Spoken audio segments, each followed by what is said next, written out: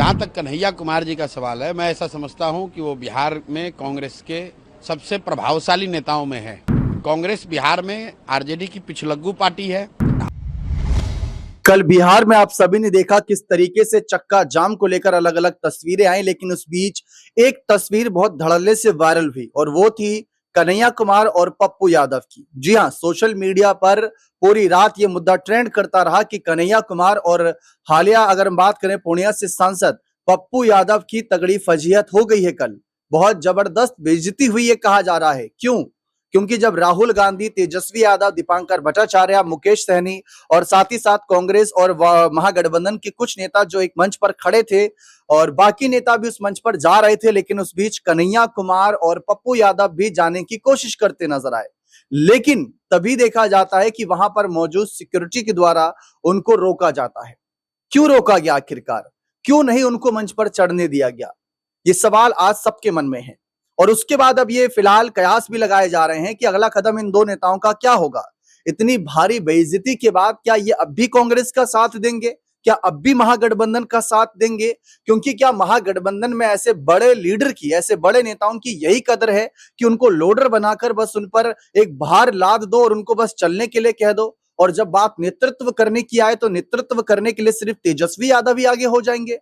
तो ऐसे में क्या करना चाहिए इनको? क्या इनको अब भी कांग्रेस का साथ देना चाहिए? क्या इनको अब भी महागठबंधन का साथ देना चाहिए? क्योंकि मंच पर तो आप बोलने नहीं दे रहे, जबकि बोलने में कितने माहिर हैं ये दोनों नेता। आप, मेरे ख्याल से मुझे लगता है कि बिहार के नेता प्रतिपक्ष तेजस्वी तो अपनी बात रखते ही होंगे क्योंकि नेता प्रतिपक्ष जो हैं, लेकिन दूसरी तरफ पप्पू यादव और कन्हैया कुमार जो बातें रखते हैं वह भी किसी से नहीं छुपती। मोदी शाह की जोड़ी को घेरने की बात हो या बीजेपी आरएसएस की विचारधारा को तार तार करने की बात हो, ये दोनों नेता हमेशा सामने खड़े रहते हैं। लेकिन जब बड़े मंच से बोलने की बारी आई, जहां से पूरा देश सुन रहा था, वहां पर से इनको रोक दिया जाता है। अलग अलग चैनलों के द्वारा फिर इनसे अलग अलग बयान दर्ज करवाए जाते हैं जो वाजिब बिल्कुल नजर नहीं आता। इस बीच प्रशांत किशोर भी सामने आए। प्रशांत किशोर ने कन्हैया कुमार का समर्थन किया। समर्थन करते हुए क्या कुछ कह गए प्रशांत किशोर, आप खुद यहां पर उनका बयान सुन। मामला है। जहाँ तक कन्हैया कुमार जी का सवाल है, मैं ऐसा समझता हूँ कि वो बिहार में कांग्रेस के सबसे प्रभावशाली नेताओं में है। वो चाहे कांग्रेस में हो, लेकिन मुझे कहने में कोई गुरेज नहीं है कि कांग्रेस में जितने नेता बिहार में हैं उसमें अगर किसी में प्रतिभा है तो कन्हैया कुमार उन चंद नेताओं में है जिसमें प्रतिभा है, कुछ कर सकते हैं। और अगर कांग्रेस उनका इस्तेमाल बिहार में नहीं कर रही है तो ये दिखाता है कि जो बात हम लोग कहते हैं कि कांग्रेस बिहार में आरजेडी की पिछलग्गू पार्टी है और आरजेडी का जो नेतृत्व है वो कन्हैया कुमार जैसे लोगों से इतना घबराता है कि वो सोचता है कि कोई नया आदमी आ जाएगा तो हमारे नेतृत्व को चुनौती हो जाएगी या हमारे पिछलग्गू बनकर वो हमेशा नहीं रहेगा। इसलिए आरजेडी वाले नहीं चाहेंगे कभी कि कन्हैया कुमार जैसे लीडर कांग्रेस में या उस तरह के और भी जो काबिल लड़के हैं वो कांग्रेस में कभी सक्रिय हों। भाई, जब गाड़ी पर आप प्रोग्राम कर रहे हैं, जो वीडियो हम लोगों ने देखा उसमें तो बीसीओ लीडर खड़े हैं, उसमें कन्हैया कुमार भी हो सकते थे। तो सीधा दिखाता है कि आरजेडी का नेतृत्व, उन्होंने ये कहा होगा कि भाई कन्हैया कुमार इस पर नहीं रहने चाहिए। इसीलिए कांग्रेस वाले अपने नेता को, जो सीडब्ल्यूसी में आमंत्रित सदस्य हैं कन्हैया कुमार, यात्रा निकाल रहे थे भाई सीडब्ल्यूसी में आमंत्रित सदस्य हैं, सीडब्ल्यूसी के मेंबर को आप नहीं चढ़ने दे रहे हैं। तो ये कांग्रेस की स्थिति को बताता है और इस बात को कहीं ना कहीं प्रमाणित करता है जो हम लोग कहते हैं कि कम से कम बिहार के नज़रिए से कांग्रेस का कोई वजूद नहीं है, कांग्रेस का कोई अस्तित्व नहीं है। ये बिहार में आरजेडी का पिछलग्गू पार्टी है।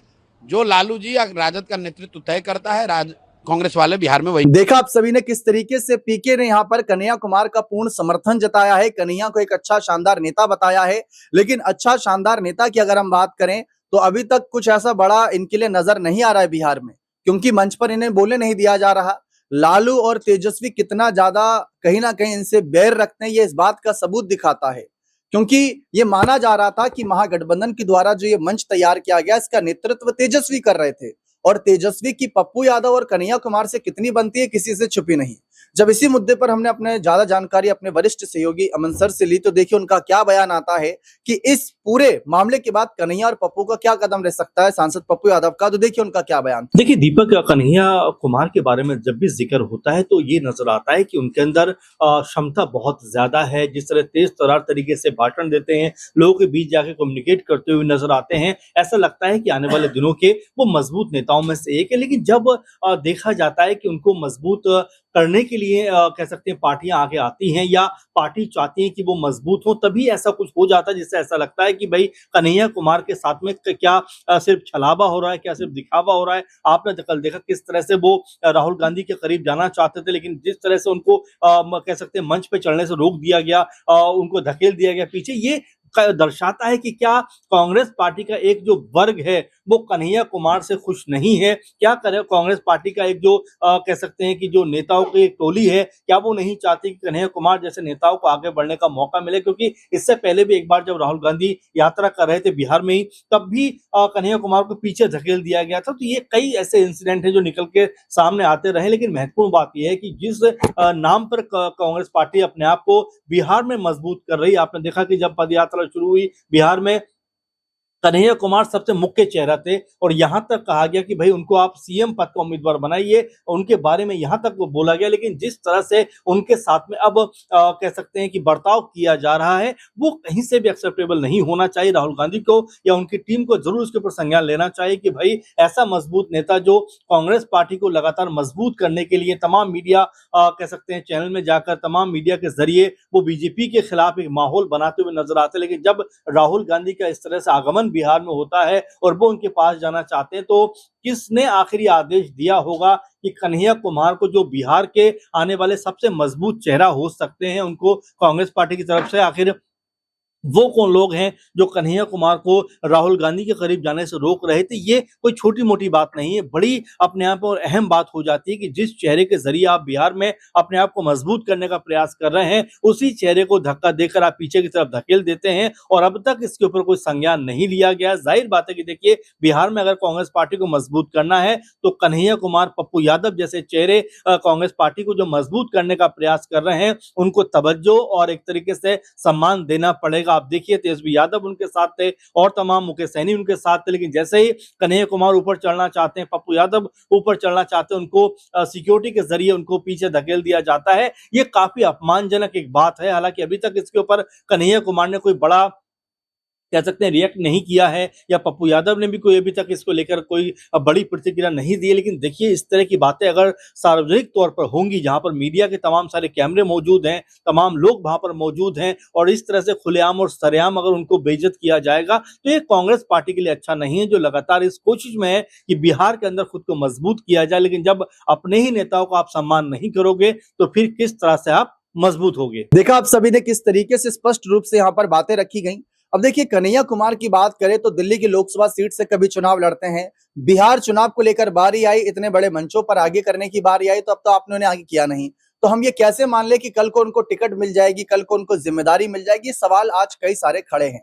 फिलहाल कन्हैया कुमार देखिए ऐसा बिल्कुल नहीं है कि उनके अंदर काबिलियत नहीं है, काबिलियत है, लेकिन कुछ भाषणों की वजह से, अपने पुराने भाषणों की वजह से विवादों में रहते हैं। पप्पू यादव की बात करें तो काबिले तारीफ नेता है, क्योंकि निर्दलीय चुनाव लड़कर इन्होंने पूर्णिया सीट से सांसद कुर्सी पर अपने आप को बनाए रखा। तो ये बहुत ही शानदार बात रही, क्योंकि इतने दिग्गज नेताओं के बीच चुनाव लड़ा और उसके बाद जीते भी। माना यह जा रहा है कि एक समय था पप्पू यादव और कन्हैया कुमार की अगर हम बात करें तो तेजस्वी के सीएम फेस को लेकर जब जब सवाल पूछे गए इन्होंने किनारा किया, लेकिन अब यहां पर किनारे कर दिए गए हैं।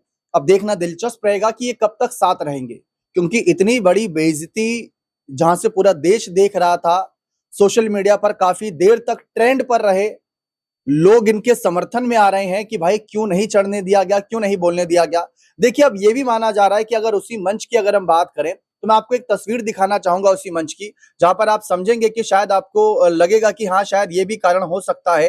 तेजस्वी यादव ने कुछ तस्वीरें पोस्ट की थी, यहाँ पर आप ये अगर देखेंगे तो आप पाएंगे दीपांकर भट्टाचार्य, राहुल गांधी, पीछे राजेश राम नजर आ रहे हैं, तेजस्वी हैं और मुकेश सहनी है। अगर आप इस तस्वीर को देखिए तो आपको नजर आएगा कि महागठबंधन के जो सहयोगी हैं, उन्हीं सहयोगियों में से एक एक बड़ा नेता यहां पर नजर आ रहा है।